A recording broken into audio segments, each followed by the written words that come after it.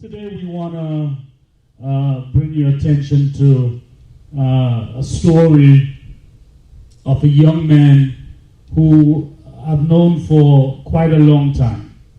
I think before he was born, so to speak. Not too long ago, he was faced with some tragedies in his life, so to speak, accident while traveling from one state to another. And not too long ago, I had the privilege of talking to him, and he was sharing with me how God really brought him out. And I believe that he has a message for some young boy, some young girl who might be going through the same thing that he went through. I believe that he has a word for us today. I want you to welcome with me today no other person than Mr. Kishon Forsyth. He's a Brooklyn born, right here in New York City, and we are so happy to have you to be here with us, to join with us, and just to tell us your story. Tell me something. What happened March 23rd, 2015? So, March, the day after my birthday, actually March 25th, 2015, it was the day of my, I could say, rebirth. And the reason why I say rebirth is because I let go of a huge part of myself that day. And it wasn't really a choice of mine. I would say God commanded me to become like a full-time worker in the kingdom. So we was coming from South by Southwest, Texas, which is a music festival in Austin, Texas, and it was 6 of us all together. 5 of us traveled in the car, including myself. A cousin of mine flew out. And at the end of the festival, on my birthday, we started to make our way back up home, back to Brooklyn and Pennsylvania, where some of us live. And we got into an accident, a car accident, in Nashville, Tennessee.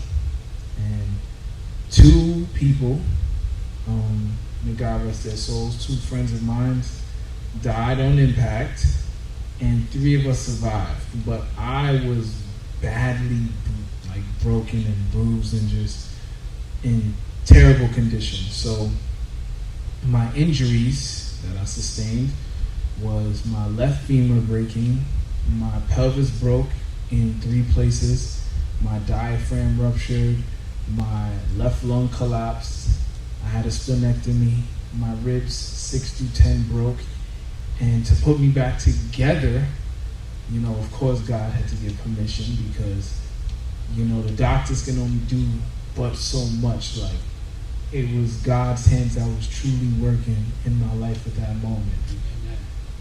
Because just one of those injuries, if you know medicine, and even if you don't, the femur is the biggest bone in your body. And if that breaks, you can have major hemorrhaging, which is intense bleeding, and that can just totally cancel you out. My pelvis broke. That was another life-taking injury that should have just taken me out, and I broke my pelvis in 3 places. Wow. So both sides, in the left and the right, both rings in the front and in the back, that was directly under my spinal cord. So, and then along with all the other injuries, I was put back together with 2 plates and 16 screws. And sitting here, at times, like just sitting right now it's a blessing to do now. But I remember when I first woke up, and I had my mother and my feet and my girlfriend at the time on my right side, I was just wondering what happened, because I went to sleep on my birthday. And then I woke up in the hospital with cords attached to me. I couldn't breathe because my diaphragm was in terrible condition. And I was just like in a I just didn't understand what was going on at the moment. And this is how God works. Before waking back up into this reality and seeing my mother at my feet and my girlfriend at the time, I was somewhere else. Like, I know that I was somewhere else. I was somewhere, I would say, in between, or a place that God wanted my spirit to stay for the moment that he was working in this realm, in this reality. Wow. Yeah.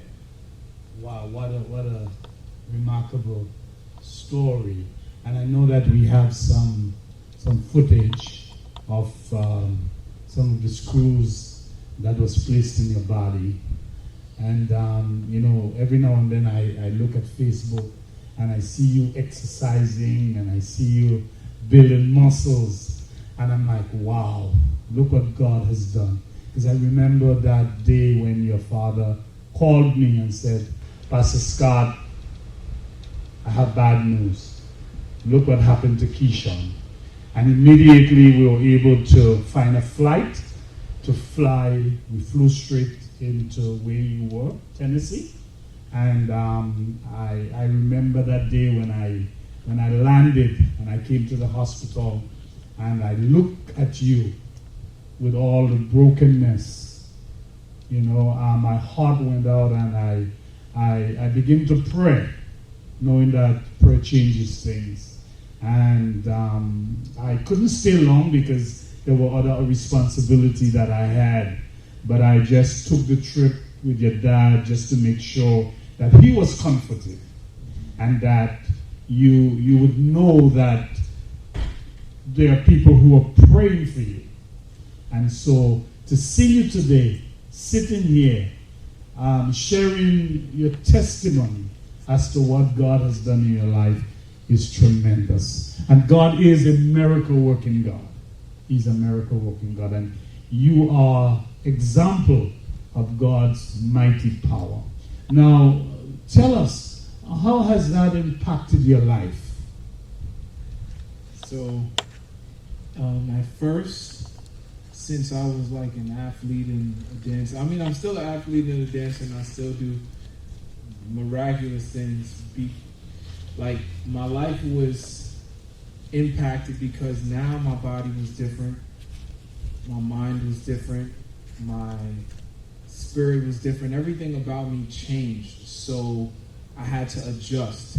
And the things that used to work didn't work anymore. So how it impacted me was I had to change who I was in totality as a person.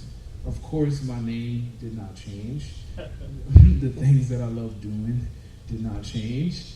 But I had to change my actions in the way I speak, in the way I walk, and just how I impact people, because the stories that people used to tell me about how I, used to conduct myself, I was amazed.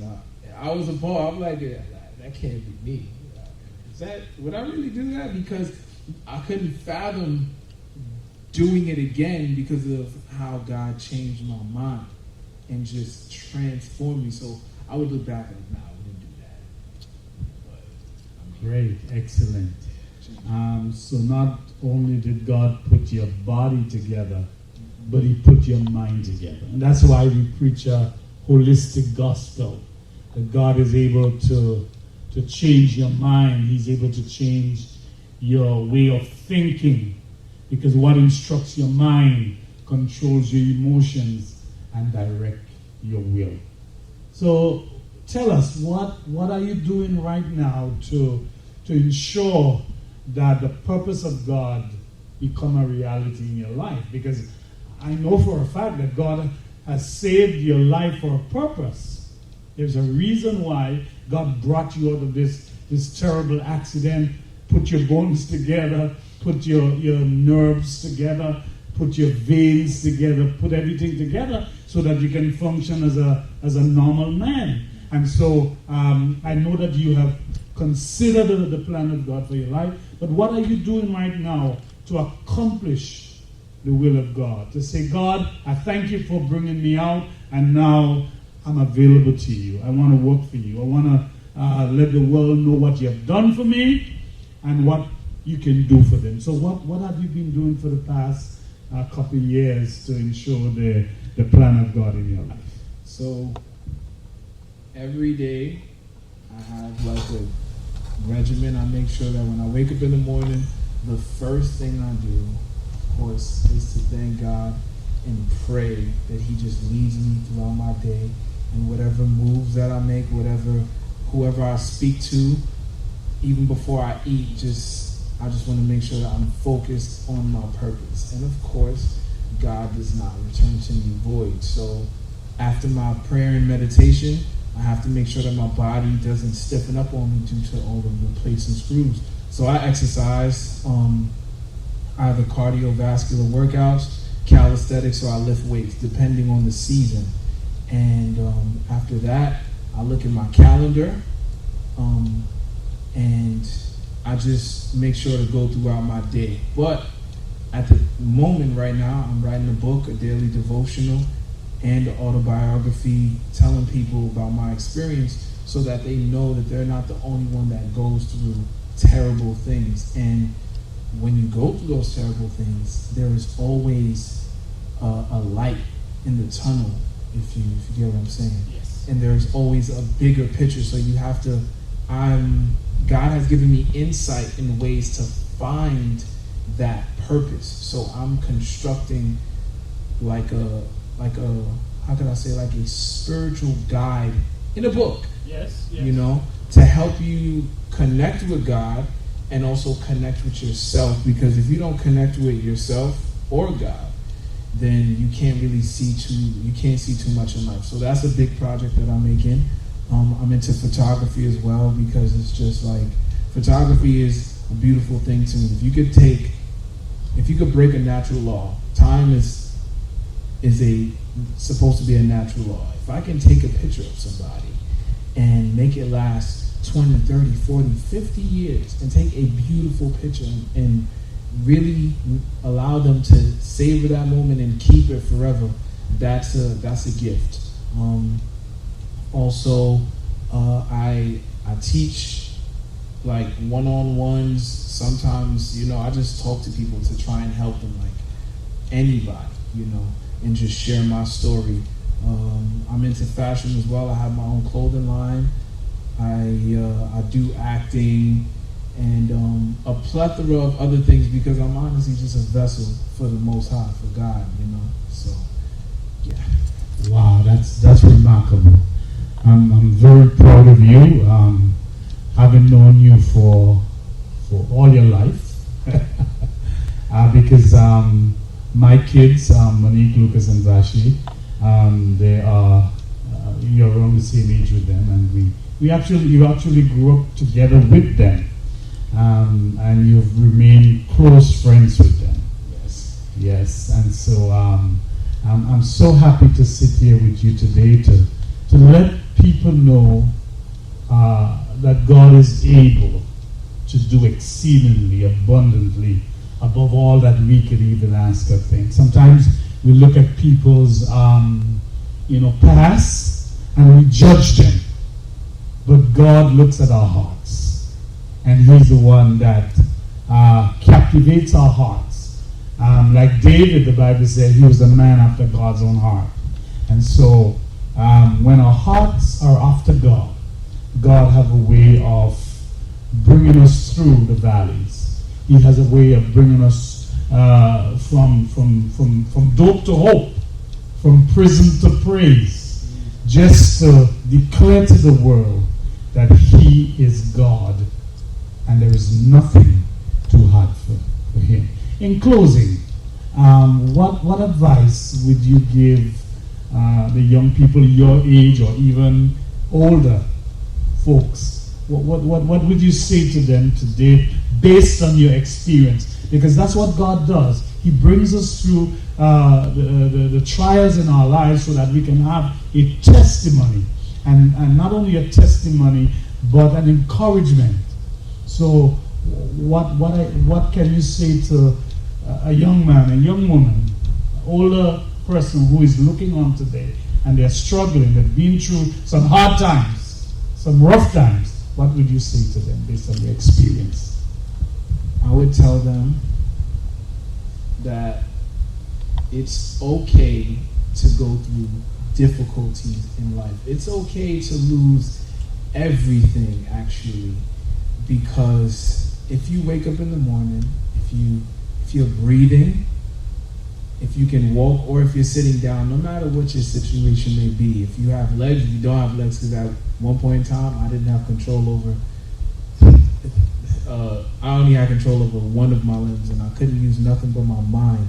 If you can still use your mind and your heart and your spirit and put them all together, give praise to God, ask Him to lead you, and no matter what comes your way, no matter what, and it may be, some people may think it's a reach, but anything, life and death and anything in between, you can make it if you truly, truly connect with God and ask Him to guide you every step of the way, because this life can get lonely, and it can get cold, and it can seem like, God is not listening, but He is always listening. Even before I thought I started my walk with God, He was walking with me the entire time, waiting for me to see that He was with me. And I said, you know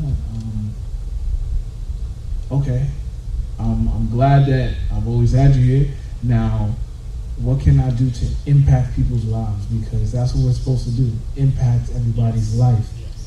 Every single one of us has the potential to impact a person or millions of people. So just find something that can help anybody in your life, and ask God to lead you, sharpen you up, so that you can just work and genuinely do it with your heart, mind, and your spirit. Thank you so much, Kishon. It's a pleasure spending these few moments with you this afternoon. You have impacted my life, because I saw you. I saw the broken Kishon. I saw it with my own two eyes in Tennessee, lying on that hospital bed. Pretty bad sight. Yes, it was. But it's a pleasure to see you now, from brokenness to wholesomeness. And that's the kind of God that we serve. He's able to change the circumstances that is bad into something that is good. So it was my pleasure speaking with you today. Thank you for dropping by at Hebron Evangelical Church, where God is doing great.